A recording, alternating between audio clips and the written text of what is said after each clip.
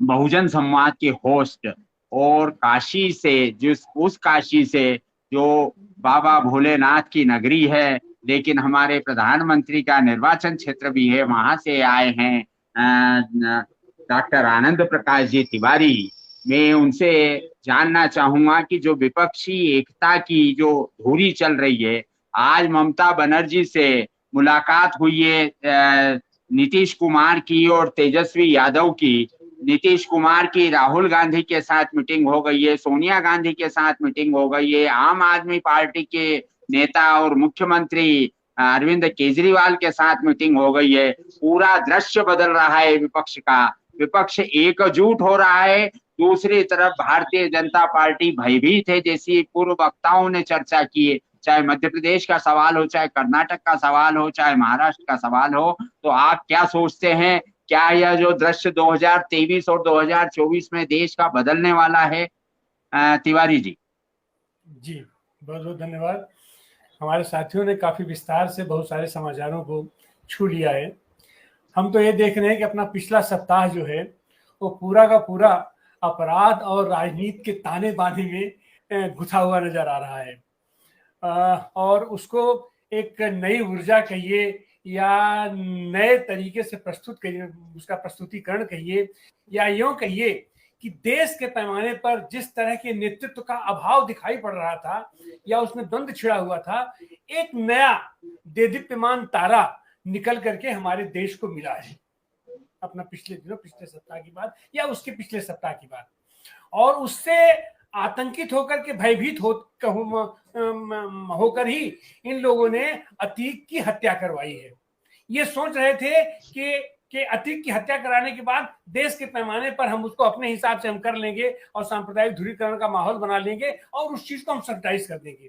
लेकिन अभी जो घटनाएं इस सप्ताह जिस तरह की घटनाएं घटी हैं, और हम अपना सीधा सीधा जिक्र करें, सतपाल मलिक वह एक धूमकेतु बन के उभरे हैं पूरे देश के पैमाने पर। और आज की तारीख में वो आदमी का किसी राजनीतिक दल से कोई वो नहीं है। वो जो कुछ भी है वो अपने आप को फोकस करके आ रहे हैं और उनका व्यक्तित्व निश्चित रूप से वो माने जो उनका व्यक्तित्व आप उठा करके देखिए, फ्रॉम वेरी बिगिनिंग, शुरुआत से, विद्यार्थी जीवन से, छात्र राजनीति से वो आदमी शुरू कर रहा है और वहां से चरण सिंह के साथ, चरण सिंह का उत्तराधिकारी बन के और फिर किस तरीके से भारतीय जनता पार्टी में आते हैं, फिर कैसे कांग्रेस में जाते हैं, फिर कैसे ये समाजवादी पार्टी में जाते हैं।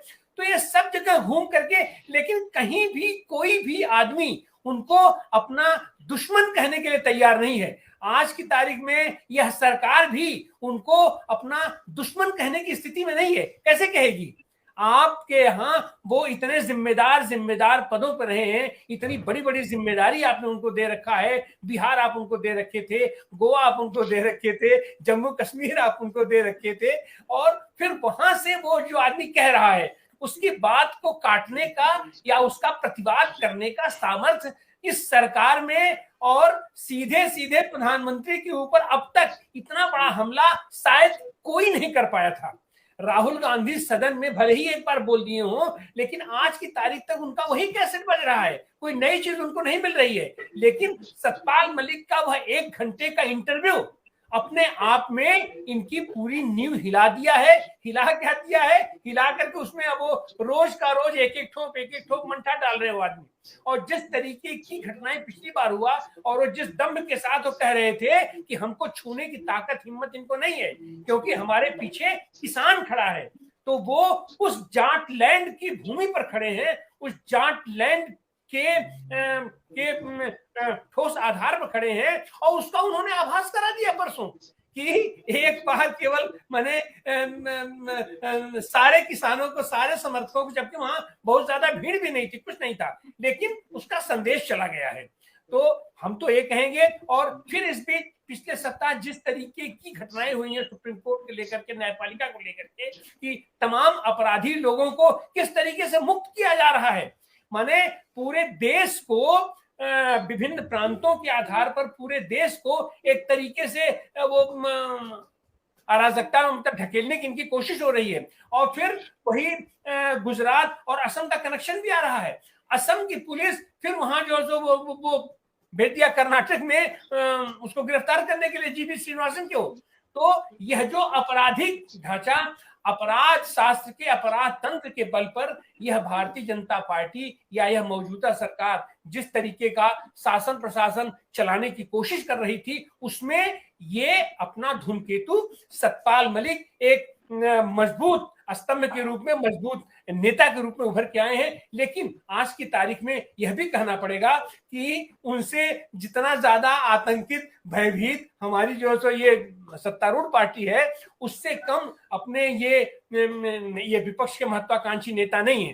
तो विपक्ष के ये जो महत्वाकांक्षी नेता हैं, वो लोग आज की तारीख में सतपाल मलिक को अगर कहीं नोटिस नहीं ले पाने की स्थिति बन रही है तो इन्हीं लोगों की है। लेकिन जनता के बीच में अब यह स्थापित हो चुका है कि जनता के बीच में एक आदमी जिसके पास आज की तारीख में कोई सांगठनिक आधार नहीं, कोई ये विधिवत संगठन नहीं है, उसका कोई सांगठनिक ढांचा नहीं है, लेकिन जनता के बीच में एक आदमी निकल के आया है और आने वाले दिनों में वह निश्चित रूप से प्रभाव डालेगा, भारतीय राजनीति को प्रभाव डालेगा। तो हम तो यही कहेंगे कि पिछले सप्ताह की सबसे बड़ी उपलब्धि अगर कोई है तो राजनीतिक रूप से अपराध तंत्र और राजनीतिक तंत्र के ताना बाना को, मकड़जाल को काटता हुआ, चीरता हुआ, बनाता हुआ, उठता हुआ सतपाल मलिक ये देश के लिए उपलब्धि है। बहुत बहुत धन्यवाद तिवारी जी।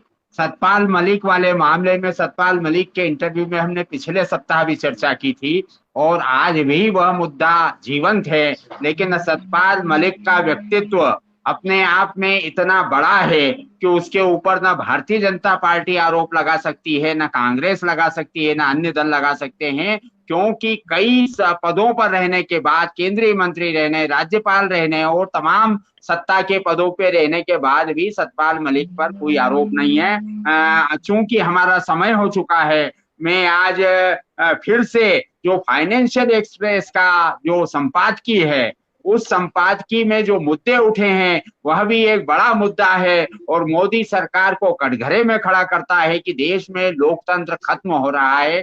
यह संपादकीय निश्चित रूप से दुनिया के अंदर मोदी सरकार की असलियत को उजागर करता है। आज की बहुत बढ़िया सार्थक चर्चा रही। हमारे साथ जो भी साथी जुड़े हैं, आराधना भार्गव छिंदवाड़ा से, सुभाष रानडे इंदौर से, खिलावन चंद्राकर जी भोपाल से, असित कुमार सिंह जी कानपुर से, डॉक्टर आनंद प्रकाश जी तिवारी बनारस से और रणधीर सिंह जी सुमन उत्तर प्रदेश से, इन सब के हम आभारी हैं। निश्चित रूप से अगले सप्ताह फिर हम मिलेंगे, नए विषयों को लेकर, नई घटनाओं पर चर्चा करेंगे। देखते रहिए हर सोमवार को सप्ताह का कार्यक्रम सप्ताह की बात